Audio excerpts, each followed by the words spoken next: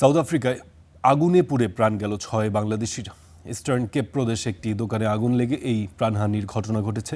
এতে দগ্ধ আরেকজন চিকিৎসাধীন হাসপাতালে। নিহত ৬ জনের মধ্যে নারায়ণগঞ্জের ২ উপজেলার ৫ ও মুন্সিগঞ্জের ১ জন রয়েছেন। স্বজনদের শোকের মাতমে ভারী হয়ে উঠেছে পরিবেশ। প্রবাসে থাকা পরিবারের উপার্জনক্ষম মানুষটিকে হারিয়ে দিশেহারা পরিবার। পরিবারের মুখে হাসি ফোটাতে হাজারো স্বপ্ন নিয়ে পাড়ি জমিয়েছিলেন দক্ষিণ আফ্রিকায়, কিন্তু সেই স্বপ্ন পুড়ে অঙ্গার হলো ভয়াবহ অগ্নিকাণ্ডে। মঙ্গলবার স্থানীয় সময় ভোরে দক্ষিণ আফ্রিকার কুইন্সটাউনের একটি দোকানে আগুন লাগে। তখন দোকানটিতে ঘুমিয়েছিলেন বাংলাদেশিরা।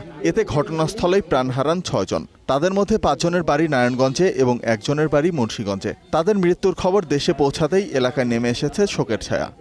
দোকানে যে লোক থাকতো ওনারা সবাই দোকানে গেছে। দোকানে যাওয়ার পরে সবাই খাওয়া দাওয়া করে শুয়েছে, এমনি আগুন লেগে গেছে। আমার ভিতরে ফেটে যাইতেছে, বুঝছেন? আমি কি বলবো, আমার বাসা দেখে আমার বাগিরা, আমার অনেক আদরের বাগিরা। ছোট বেড়া গেছে, যা দেখছে ওদের কোনো রাসের কোনো পরিকল্পনা কিছুই নাই, সব কঙ্কালেও নিমিশ হয়েছে। এ ঘটনায় আহত হয়েছেন আরও এক বাংলাদেশি। তাকে ভর্তি করা হয়েছে স্থানীয় হাসপাতালে। তবে কিভাবে আগুনের সূত্রপাত তা এখনও জানা যায়নি। Desk report, star news.